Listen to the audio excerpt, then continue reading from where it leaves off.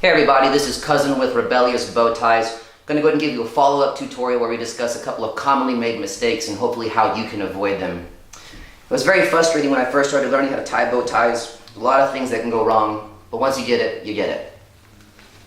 So we're going to go ahead and skip through a few parts and we're going to go ahead and discuss a couple of those mishaps for us there.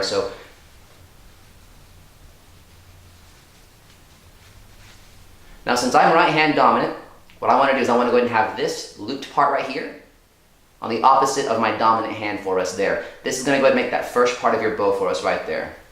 Next part will drape right over.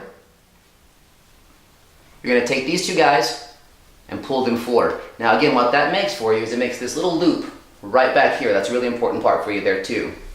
Now with your other hand, you're going to go ahead and take the bow tie that's remaining, and you're going to go ahead and carry it from this looped part of the bow tie again, not the tip, from right here. You're going to take this and push it right through there. Now what I do is I use my thumb right here to find that hole, kind of widen it just a little bit, and push that through. Now don't push all the fabric through, just that looped part of the bow. Straighten everything up there.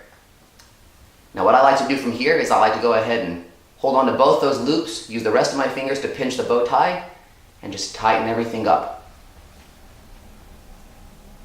From there, you should have a nice bow. This little center part here, you'll get it a little tighter with repetition and just learning how exactly your hands move through the bow tie.